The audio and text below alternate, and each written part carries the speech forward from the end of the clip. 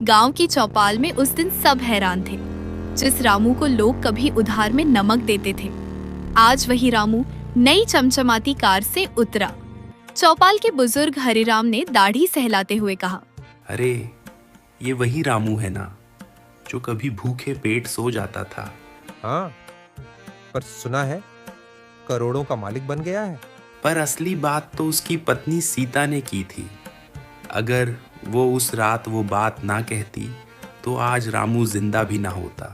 क्या था वो राज? कैसे एक भूखी पत्नी ने अपने पति को करोड़पति बना दिया? और क्यों पूरा गांव आज तक उस रात की बात याद करता है? कहानी शुरू होती है उस रात से, जब घर में खाने को एक दाना भी नहीं था। गांव के किनारे टूटी हुई मिट्टी की झोपड़ी में रामू और उसकी पत्नी सीता रहते थे। छप्पर में इतने छेद थे कि बरसात में आसमान घर के अंदर उतर आता था। रामू दिन भर दिहाड़ी करता, कभी खेत में, कभी ईंट भट्ठे में, कभी मजदूरी, लेकिन शाम को जेब में 100 से 150 रुपये ही आते। उस दिन तो हालत और भी खराब थी। 3 दिन से काम नहीं मिला था। घर में आटा खत्म, चूल्हा ठंडा। सीता ने खाली डिब्बे को हिलाया, आवाज भी नहीं आई। रामू ने दीवार से सिर टिका लिया और धीमी आवाज में बोला, सीता, आज भी कुछ नहीं ला पाया। लगता है भगवान ने हमें ऐसे ही जीने के लिए भेजा है। सीता ने उसकी तरफ देखा। उसकी आंखों में आंसू थे, लेकिन आवाज में हिम्मत। भगवान ने हमें गरीब भेजा होगा, लेकिन गरीब मरने का फैसला हमने नहीं किया है। रामू चौंक गया। उस रात दोनों बिना खाना खाए लेट गए, लेकिन नींद सिर्फ सीता की आंखों में नहीं थी। उसके दिमाग में कुछ चल रहा था। वो रात जिसने सब बदल दिया। आधी रात रामू करवट बदल रहा था। सीता उठकर बैठ गई। क्या तुम जिंदगी भर ऐसे ही दूसरों के खेत में मजदूरी करते रहोगे? तो और क्या करूं? हमारे पास ना जमीन, ना पैसा, ना पहचान।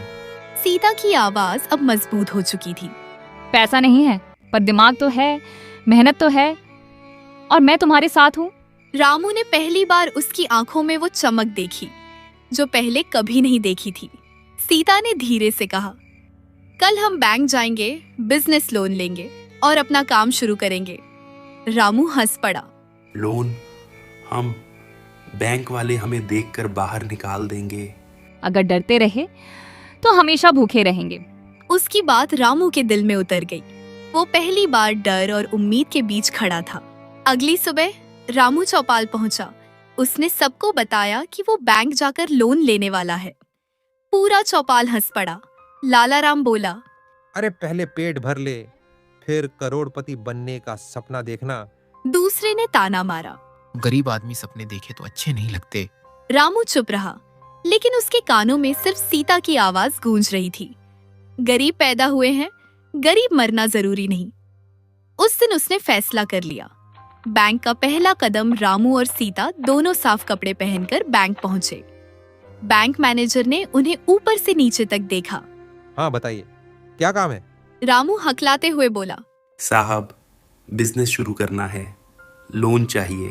मैनेजर मुस्कुराया। कौन सा बिजनेस? रामू चुप हो गया, क्योंकि उसने अभी तक सोचा ही नहीं था। तभी सीता आगे बढ़ी। सर, हमारे गांव में शुद्ध सरसों तेल की बहुत मांग है। लोग मिलावटी तेल से परेशान हैं। हम छोटी मशीन लगाकर शुद्ध तेल निकालेंगे। मैनेजर पहली बार गंभीर हुआ। उसने पूछा, गारंटी? सीता ने सीधा जवाब दिया, हमारी मेहनत और हमारा घर। बैंक मैनेजर ने फाइल ले ली और कहा, अगर पंचायत से सिफारिश आ जाए तो सोच सकते हैं। वापस लौटते वक्त रामू बोला, देखा, मैंने कहा था ना, ये सब हमारे बस का नहीं। सीता रुकी। उसने रामू का हाथ पकड़ा। जब तक आखिरी दरवाजा बंद ना हो, हार मत मानो। उस दिन सीता ने पंचायत में जाकर सबके सामने बोला, अगर मेरा पति मेहनत ना करे तो आप लोग उसे गांव से निकाल देना, पर एक मौका तो दीजिए। पूरा गांव शांत हो गया। चौपाल के बुजुर्ग हरिराम ने कहा, लड़की में हिम्मत है, हम सिफारिश देंगे। और वहीं से कहानी ने मोड़ लिया। लोन पास हो गया, 25 लाख रुपए। रामू के हाथ कांप रहे थे। इतने पैसे उसने जिंदगी में कभी नहीं देखे थे। लेकिन फनमा क्या ये फैसला सही था? अगर बिजनेस फेल हो गया तो घर भी चला जाएगा, क्या सच में एक गरीब दंपत्ति करोड़पति बन सकता है, या ये उनका सबसे बड़ा जोखिम साबित होगा? रात गहरी हो चुकी थी। कच्चे घर की दीवारों से ठंडी हवा अंदर आ रही थी। चूल्हा बुझ चुका था और पेट में फिर वही आधी रोटी का दर्द। रामू खाट पर चुपचाप लेटा छत देख रहा था। सरिता उसके पास बैठी थी, लेकिन आज उसकी आंखों में आंसू नहीं थे। आज उसकी आंखों में आग थी। रामू, कब तक ऐसे ही जिएंगे हम? कब तक दूसरों के खेत में मजदूरी करके आधा पेट खाएंगे? क्या हमारा नसीब कभी नहीं बदलेगा? नसीब, गरीब का नसीब यही होता है सरिता। जन्म से गरीब, मौत तक गरीब। नहीं, नसीब बदला जाता है, बनाया जाता है, और मैं ठान चुकी हूँ अब हम ऐसे नहीं जिएंगे। रामू उठकर बैठ गया। तू क्या करना चाहती है? सरिता ने अपनी पुरानी पोटली खोली। उसमें उसके मायके से लाए 2 चांदी के पायल और एक छोटी सी सोने की बाली थी। ये बेच देते हैं। रामू चौंक गया। ये तेरे आखिरी गहने हैं, इन्हें भी बेच देंगे तो तेरे पास क्या बचेगा? सरिता मुस्कुराकर, सपना बचेगा, हिम्मत बचेगी, और तू बचेगा। अगली सुबह गांव की चौपाल पर लोग हमेशा की तरह बैठे थे। कोई बीड़ी पी रहा था, कोई राजनीति कर रहा था, कोई दूसरों का मजाक उड़ा रहा था। रामू और सरिता वहां पहुंचे। गांव का मुखिया चौधरी हरिराम ने उन्हें देखकर कहा, अरे रामू, आज मजदूरी पर नहीं गया क्या? या बीवी ने घर से निकाल दिया? चौपाल में ठहाके गूंज उठे। रामू की मुट्ठी भींच गई, लेकिन सरिता ने उसका हाथ पकड़ लिया। चौधरी जी, हम आपसे मजाक सुनने नहीं, मदद मांगने आए हैं। मदद? कैसी मदद? हम छोटा सा काम शुरू करना चाहते हैं। इसके लिए हमें 20,000 रुपए का कर्ज चाहिए। पूरा चौपाल एकदम चुप हो गया। फिर अचानक हंसी का धमाका हुआ। एक आदमी बोला, अरे, जो 2 वक्त की रोटी नहीं कमा सकता वो बिजनेस करेगा? ये लोग तो कर्ज लेकर भाग जाएंगे। रामू की आंखों में अपमान का दर्द तैर गया, लेकिन सरिता पीछे नहीं हटी। हम भागेंगे नहीं, लिखित में दे देंगे, मेहनत करेंगे, ईमानदारी से लौटाएंगे। हरिराम कुछ देर सोचता रहा। ठीक है, लेकिन अगर पैसे डूबे तो तुम्हारा ये घर चला जाएगा। रामू ने सरिता की तरफ देखा। मंजूर है। 20,000 रुपए हाथ में आए। सरिता ने प्लान बनाया। गांव में सब्जी मंडी दूर है।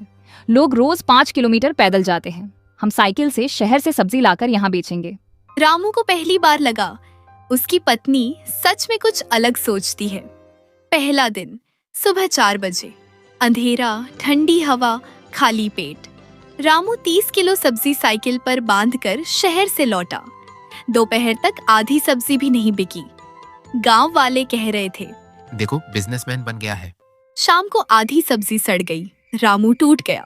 मैंने कहा था ना, ये हमारे बस का नहीं।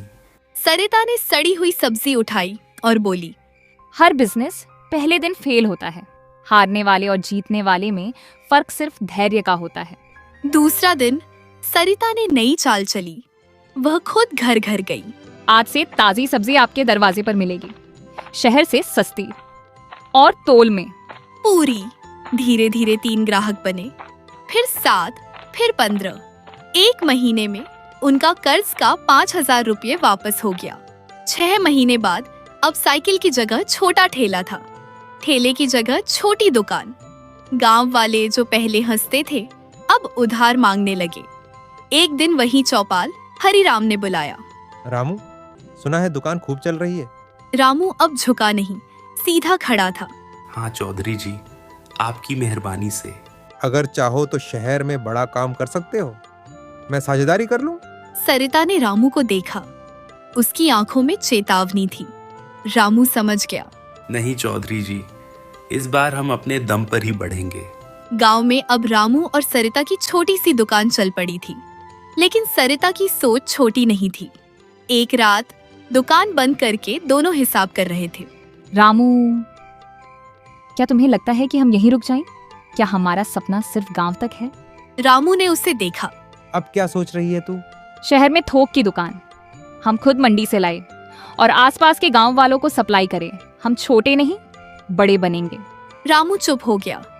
डर, जिम्मेदारी और सपनों का बोझ उसके चेहरे पर साफ था। लेकिन यहीं से कहानी में एंट्री होती है मोहन की। मोहन रामू का बचपन का दोस्त। शहर में रहता था, बड़ा बड़ा बोलता था, कपड़े चमकदार, बातें मीठी। अरे रामू, तू तो अब व्यापारी बन गया है। अगर बड़ा बनना है तो मेरे साथ पार्टनर बन जा। मेरे पास शहर में संपर्क है।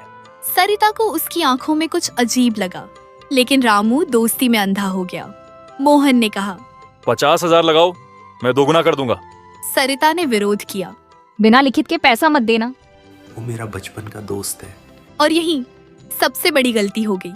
2 महीने तक सब ठीक चला, मुनाफा आने लगा, रामू खुश, सपने बड़े। लेकिन तीसरे महीने मोहन गायब, दुकान का किराया बकाया, सप्लायर का पैसा बकाया, कर्ज का नोटिस घर पर। रामू के पैरों तले जमीन खिसक गई। गांव की चौपाल पर फिर वही हंसी। देखा, उड़ने चला था। गरीब की औकात यही होती है।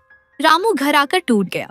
सब खत्म हो गया सरिता, घर भी जाएगा, इज्जत भी। सब तेरी बात नहीं मानी मैंने। वह पहली बार बच्चे की तरह रोया, लेकिन सरिता रोई नहीं। वह उसके पास बैठी, उसका सिर अपनी गोद में रखा। सुन रामू, हार पैसे की नहीं होती, हार हिम्मत की होती है। और जब तक मैं जिंदा हूँ तू हारा नहीं है। अब कहानी मोड़ लेती है। सरिता ने घर के पीछे खाली जमीन देखी। सब्जी बेचना बंद, अब हम खुद उगाएंगे। ऑर्गेनिक सब्जी, बिना दवाई की, शहर में 2 गुने दाम में बिकेगी। रामू हैरान था, लेकिन अब उसे अपनी पत्नी पर पूरा भरोसा था। दिन रात मेहनत शुरू, खुद खेत जोता, खुद बीज डाले, खुद पानी दिया। पैसे नहीं थे तो सरिता ने औरतों का छोटा समूह बनाया। हम सब मिलकर काम करेंगे, मुनाफा बांटेंगे। धीरे धीरे 5 औरतें जुड़ी, फिर 12, फिर पूरा महिला समूह। पहली फसल आई। शहर में एक बड़े होटल ने ऑर्डर दिया। पहली बार एक साथ 1 लाख रुपए का भुगतान। रामू की आंखों में आंसू आ गए। ये सच है। सपना जब मेहनत से मिलता है तो सच बन जाता है। महिला समूह रजिस्टर्ड हुआ। बैंक से सरकारी योजना के तहत लोन मिला। कोल्ड स्टोरेज बना। खुद की पिकअप गाड़ी खरीदी। गांव की चौपाल अब बदल चुकी थी। जो लोग हंसते थे अब सलाह लेने आते थे। एक दिन उसी चौपाल में सम्मान समारोह हुआ। हरिराम खड़ा था। आज हमें गर्व है कि हमारे गांव की बेटी सरिता और उसका पति रामू आज करोड़ों का कारोबार संभाल रहे हैं। तालियां गूंज उठी। रामू ने माइक पकड़ा। अगर उस दिन मेरी पत्नी मुझे हिम्मत ना देती तो आज मैं मजदूर होता। गरीबी से बाहर निकलने का रास्ता भगवान नहीं दिखाता, घर की औरत दिखाती है। पूरा गांव खड़ा हो गया। सरिता की आंखों में आंसू थे, लेकिन इस बार वो दर्द के नहीं, जीत के थे। गांव में अब रामू और सरिता का नाम इज्जत से लिया जाता था। उनकी ऑर्गेनिक सब्जियां शहर के बड़े बड़े स्टोर्स में बिक रही थी। महिला समूह 50 औरतों तक पहुंच चुका था। बैंक वाले खुद आकर लोन ऑफर कर रहे थे। एक दिन ऑफिस के बाहर एक गाड़ी आकर रुकी। दरवाजा खुला और नीचे उतरा मोहन, वही मोहन जिसने धोखा दिया था। लेकिन आज उसके कपड़े महंगे नहीं थे। चेहरा झुका हुआ था, आंखों में घबराहट थी। रामू ने उसे देखते ही पहचान लिया। दिल में पुराना घाव फिर से हरा हो गया। मोहन धीरे धीरे अंदर आया। रामू, मुझसे गलती हो गई थी, मुझे माफ कर दे। कमरे में सन्नाटा छा गया। सरिता चुपचाप सब देख रही थी। मोहन बोला, मैंने जो पैसा लिया था वो सब गलत लोगों के चक्कर में चला गया। मेरे पार्टनर ने मुझे भी धोखा दिया। आज मेरे पास कुछ नहीं बचा, ना घर ना काम। रामू के मन में 2 आवाजें लड़ रही थीं। एक कह रही थी, जिसने तुझे रुलाया उसे बाहर निकाल दे। दूसरी कह रही थी, तू भी कभी टूटा था, तब किसने तुझे संभाला था। रामू ने सरिता की तरफ देखा। सरिता की आंखें शांत थीं।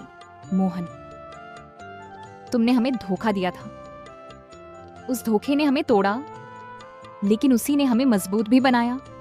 अगर वो दर्द ना मिलता तो हम आज यहाँ ना होते। मोहन की आंखों से आंसू गिरने लगे। मुझे एक मौका दे दो, मैं मजदूरी कर लूंगा, बस इज्जत से जीना चाहता हूँ। रामू आगे बढ़ा। मैं तुझे माफ करता हूँ, लेकिन पार्टनर नहीं बनाऊंगा। यहाँ काम करना है तो एक कर्मचारी की तरह करना होगा, ईमानदारी से।